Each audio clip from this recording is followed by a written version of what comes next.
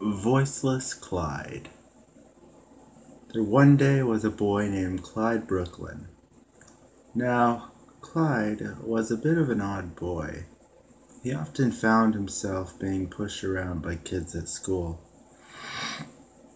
It seemed the only thing that made life bearable was his classes.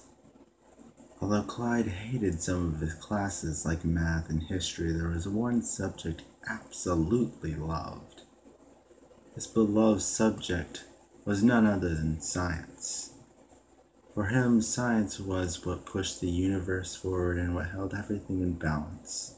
His parents, however, were huge Christians. They never really supported his field and study. No, his parents felt that science was a bit of an ungodly approach at life. He did not let this stop him.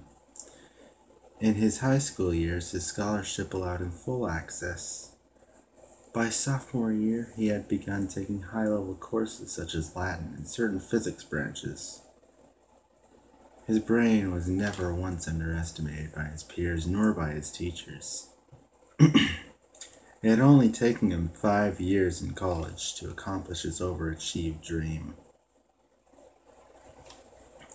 By the age of 22, Clyde had received the honorable title of a doctor and graduated from his college with a physics doctorate. The parents of Clyde, although they grimaced at the fact that their son was some sort of mad scientist, were very proud of him. Dr. Brooklyn. Never before had anyone in Clyde's family graduated from high school, let alone college, even more so with the doctorates. He was a paragon in education in his family. Any question you asked him he could answer. Well, at least that is what he thought for a while anyway. Then he met his match. Here came along the ultimate question, which no one living would ever be capable of answering properly. Before we get into that, though, let me tell you a few interesting events from his life. As you probably recall, his parents were major Jesus freaks. Clyde, however, did not believe in a God, or any religion for that matter. He was an atheist. "Mom, I finished getting ready. Could you drive me to school?" asked Clyde to his mother. "I left my science book in my locker, and the bus takes way too long to get there." His mother, Morgan Brooklyn, came downstairs. "Clyde, both me and your father have to work, so we can't drive you to school. Now you know that," she said. "So?" he asked her with a disrespectful tone. "Clyde, our jobs let us keep the house and the car. The house lets the bus lady know where to pick you up." But Clyde crossed his arms and gave another snobby response. "All I need is a cheap old library card from the public library, and I wouldn't even need school. I could teach myself." Morgan placed her hands on her son's shoulders. "Clyde, my spoiled child. School keeps you out of trouble, and trouble keeps you out of hell." Clyde didn't respond. He just turned his head and looked down. After school, when his dad Darren got home from work, he greeted Clyde, then asked him about his day. "Hey son, how was school today?" Clyde looked to his father, then away. "Terrible," he said. "My friend Tom told me Helen said she thought I was annoying. I don't get it. Whenever I try to make friends, I just annoy people. But whenever I try to change and just keep to myself, they treat me as if I'm nothing but an antisocial freak," he yelled. How Helen challenged his social intellect with manipulation enraged him. However, the way she did it was rather subliminally enticing as well. Constantly he was drawn by her superiorly intelligent and manipulative mind. What he thought he felt his anger was truly an assortment of different emotion, envy, jealousy, and perhaps a secret crush. Look at the bright side, Clyde. It's Wednesday, and you know what that means. Clyde sat at the table with his forehead in his palms. Dad, can I please stay home? I've told you time and time again it's a waste of time. God is not here, and I've had a hard enough day without being surrounded by judgmental hypocrites that are only out to make you seem like a worse person you already are, he said. Only God can judge you, Clyde. Besides, going to church helps you become closer to him. This was the last straw. Clyde snapped, and in that split-second snap he said only 4 words. To whom? A fairy tale? Theron's eyes widened. I thought you loved church, he said. That's because whenever I talk about what I truly love, you just mute me, and then filter my words over with your religious bullcrap. Science is the creator, and God is nothing more than fake. And the so-called prophecy, nothing more than ink and paper. Creative, though it may be, all of it is fantasy, unrealistic repetition of mythological stories inspired by modern culture. Clyde was yelling in fury, his voice cracked seemingly every other word. His father punished him and then brought him to church. A similar situation like this one happened when he turned 22. Clyde had moved out of the house, and his parents asked if he would continue coming to church with them.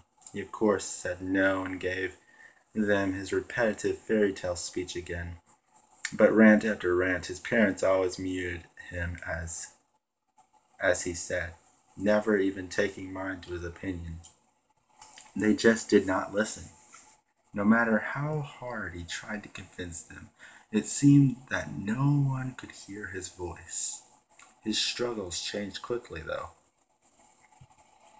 Clyde proved the Gaia theory by forming his own theorem that the Earth has a form of immune system with disease as its antibodies that behave towards us as our white blood cells behave towards foreign particles like tetanus and the flu. This theorem of his brought him tons of fame. Soon after his founding of what he called the Gaia immunity theorem, he met his high school crush, who was, believe it or not, none other than Helen from his old school. Clyde and Helen went out for a few months, catching up and getting to know each other a little better. Oh God, excuse me. Clyde began realizing how much she had changed and what a fetching, attractive young woman that time had sculpted her into.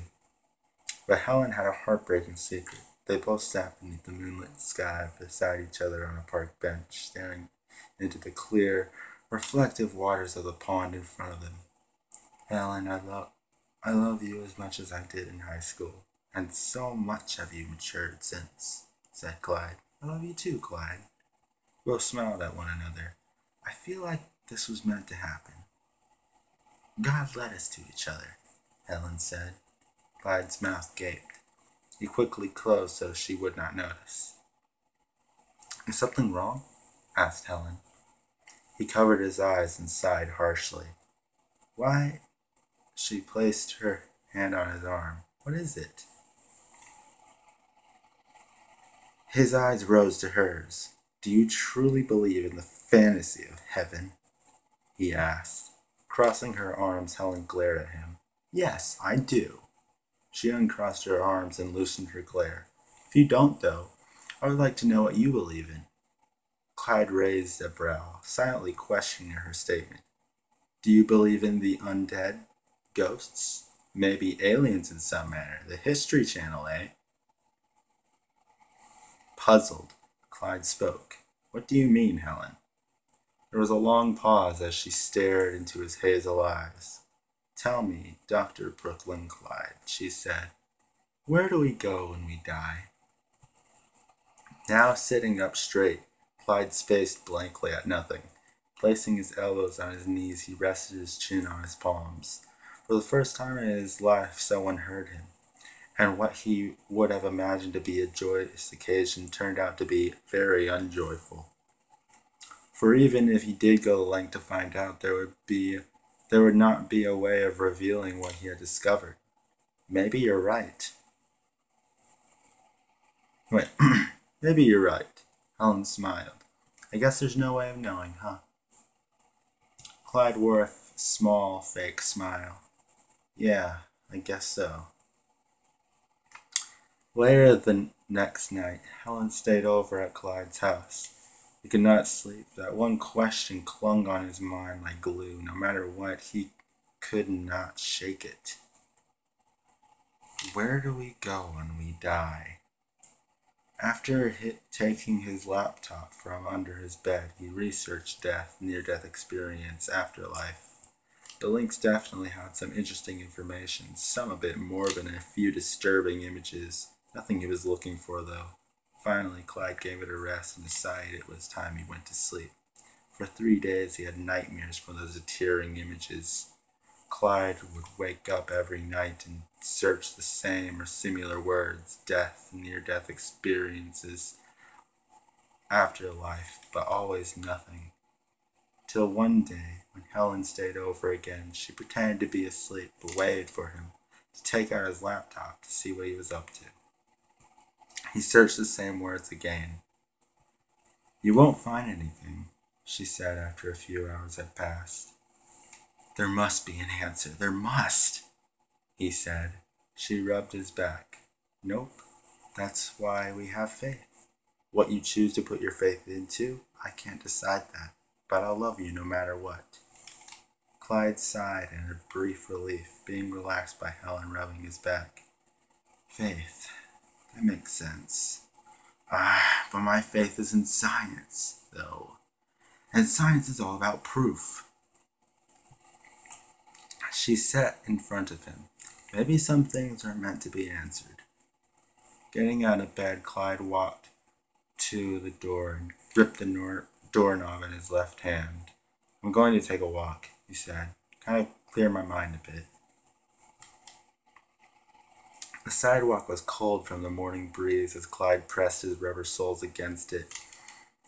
It was a bit chilly outside still, but the cold didn't bother him, for he had worn a jacket before he exited his home. Walking forward, he placed several steady paces upon the concrete beneath.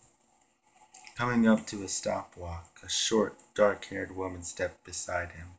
Hello, Clyde greeted her. She didn't seem to respond, though. My name is Clyde, he said to her. The girl wore a dark blue blouse with short sleeves, frankly a bit too underdressed for the cold weather, but despite this, she did not seem bothered, just blank, difficult to read. She had hearing aids as well, but seemed in her mid-20s. You know, it's rather impolite to ignore someone's greeting, said Clyde. She looked up at him and smiled a soft smile. Her eyes didn't quite match her lips as far as physical emotion. Clyde looked back at her, showing a slightly brighter look. Don't talk much, do you? The girl looked to the ground. Clyde who? He spoke. Clyde Brooklyn. And you? She crossed her arms and walked forth. As the light changed, swiftly he caught up to her. Kate. I've never known a man named Clyde. The girl said. Her eyes constantly were averting his. So you don't know me? I'm quite well known, said Clyde. Clyde Brooklyn. No, I've never heard of you. Don't be offended, though. I don't read the news, watch TV, or listen to the radio, so it would be difficult for me to have heard of anyone as well known. Kate responded. What do you do on your spare time, then? He asked. Before responding again, Kate gave him the same smile as before and looked directly into his eyes. I talk to my friends. They both slowed down a bit as a short pause came to them. And where are they now? Clyde said slowly. One is right beside you, she replied. He then looked to his side. There was nothing. He looked back. Huh. Wait, what? I hear lots of them with my gifted ears, these spirits. You probably don't believe me, though, do you? Scientists seek the plausible and the credible. Explains why science is so boring, doesn't it? Said Kate. Well, you're right that I seek the plausible. Plausible in science is just a synonym for proven, said Clyde. Kate stopped walking. Ghosts are not proven. Also stopping, Clyde crossed his arms. At least it's an explanation. It's an explanation for what? Asked Kate. Death, he said. So you seek answers. I can give them to you, she said. How? Clyde asked.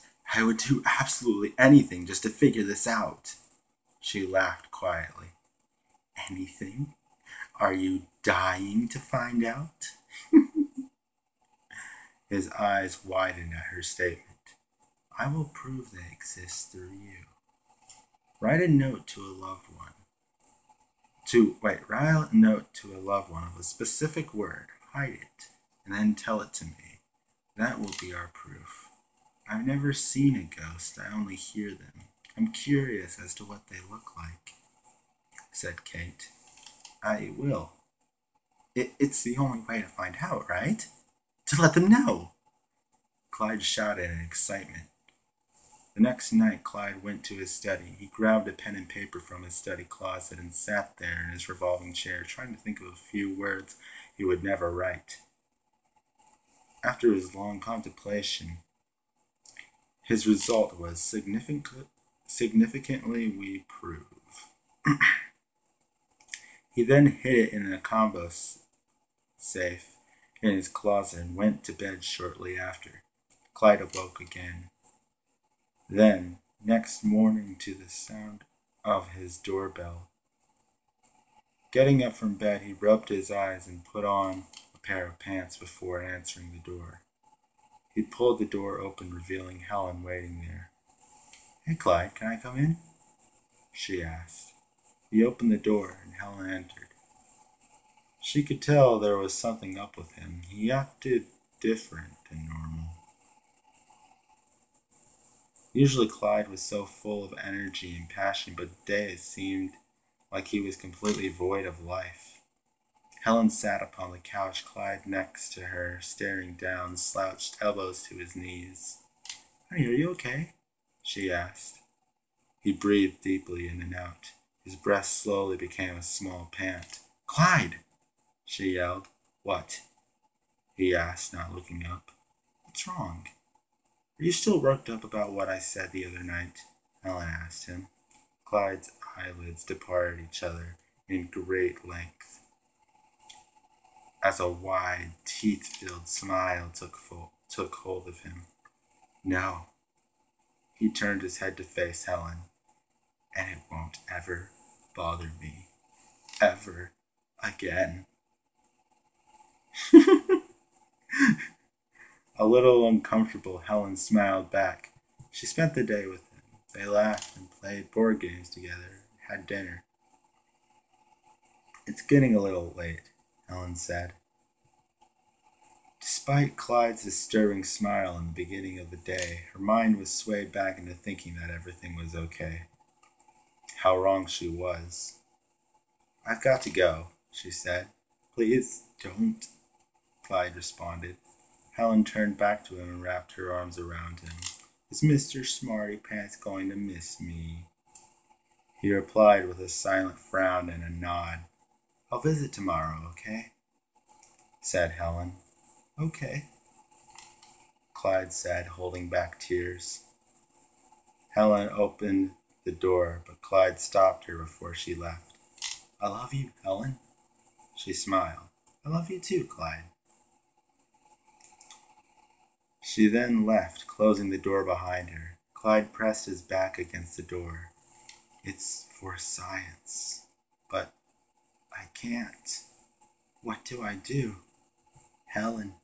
Science. Helen. Science. Science. Science. Science. Science. He screamed loudly as he walked to the kitchen and tied a noose out of ropes, hung it from the ceiling. As he laughed maniacally, he boosted himself up to the noose and poked his head through. He laughed and laughed with the noose around his neck. Tears fell from his eyes as he gagged on his own spit from laughing. He kicked the chair he was standing on to the ground. Clink, clink. These were the last sounds he heard besides his own strain as the chair hit the ceramic. Clyde, coming to his senses, struggled violently to free himself. "It hurts. Oh, God, it hurts," he whispered, pulling at the constricting ropes. Then, finally, Clyde felt a large snap in his neck. His hands fell to his side. Fingers curled and blue veins pushed up against his skin from the intense strain. His eyes nearly popped out of his skull, with his mouth gaped wide open and tears still streaming down his face. Helen opened the door again and entered. "I forgot my car keys." She looked around. The house was very quiet. "Clyde?" She walked into the kitchen and fell back, complete shock. Later that week, after the police began their investigation, Kate revealed her and Clyde's plan to them. His spirit rose from his body, looking the exact same way he was when he died. "This is amazing," he said to himself aloud. He went over to Kate. "Clyde, Brooklyn, where is the note?" She asked. "The note is in the safe," he said. "Clyde?" She said. "In the safe," he said. "So where is it?" one of the police asked. "He won't tell me," Kate said in a sad voice. "What?" he exclaimed. "No, it's in the safe. Please tell them. Please tell them." Clyde tried to yell, but all that came was an airy whisper. "Please tell them. Please tell them." She couldn't hear him, though. His whisper was too quiet. "Please tell them. Please tell them," he chanted, but it was no use. The way Clyde died closed his throat shut. He could barely whisper. At that point, Clyde might as well have been voiceless.